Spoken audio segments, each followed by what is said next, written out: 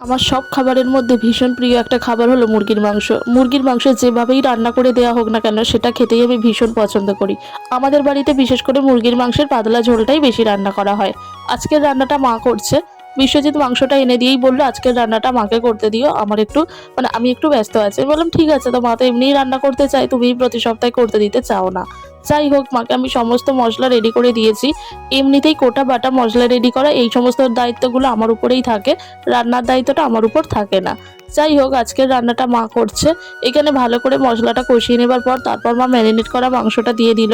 আজকের মাংসটা মা ম্যারিনেট করেই নিয়েছিল, লবণ, হলুদ আর তেল, আর সাথে দিয়েছিল লেবুর রস। এই দিয়ে বেশ কিছুক্ষণ মাখিয়ে রাখার পর মশলাটা কষিয়ে যাবার পর তারপর মা মুরগির মাংসটা দিয়ে দিল। এখন ভালো করে কষিয়ে নেবে মা। আর মা যখনই মুরগির মাংস রান্না করে মশলাটা কষিয়ে নিয়ে ম্যারিনেট করা মুরগির মাংসটা দিয়ে কিন্তু মা ঢাকা দিয়ে দেয়। তারপর মুরগির মাংস থেকে বেশ অনেকটা পরিমাণে জল বেরিয়ে আসে। সেই জলেই কিন্তু মুরগির মাংসটাও সিদ্ধ হয়ে যায়, সাথে যে আলুটা দেওয়া হবে সেটাও কিন্তু মুরগির মাংস থেকে বেরিয়ে আসে জলেই সিদ্ধ হয়ে যাবে।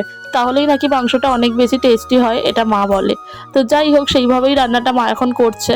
এখানে ঢাকা দিয়ে বেশ কিছুক্ষণ রাখা হয়েছে। তারপরেই দেখো অনেকটা পরিমাণ মুরগির মাংস থেকে জল বেরিয়ে গেছে। এখন মা কেটে রাখা আলুগুলো দিয়ে দিয়েছে।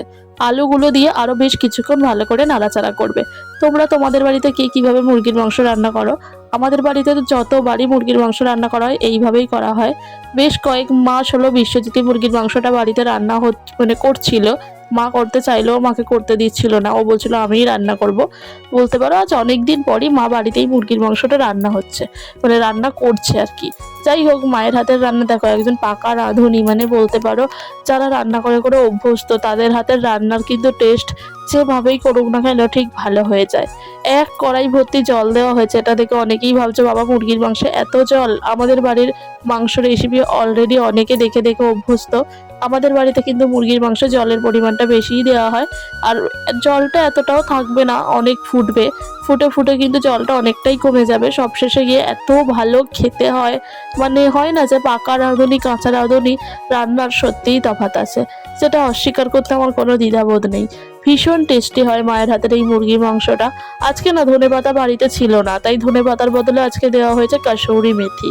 এই মেথিটা দেওয়ার কারণে পুরো মুরগির মাংসের স্বাদটাই পাল্টে গেছে। অনেক দিন পর মুরগির মাংসটা রেসিপিটা আমি অনেক দিন পর তোমাদের সাথে শেয়ার করছি। তো আমার তো এখন এডিট করতে বসে অলরেডি জিভ দিয়ে জল চলে এসেছে, আবারও খেতে ইচ্ছা করছে।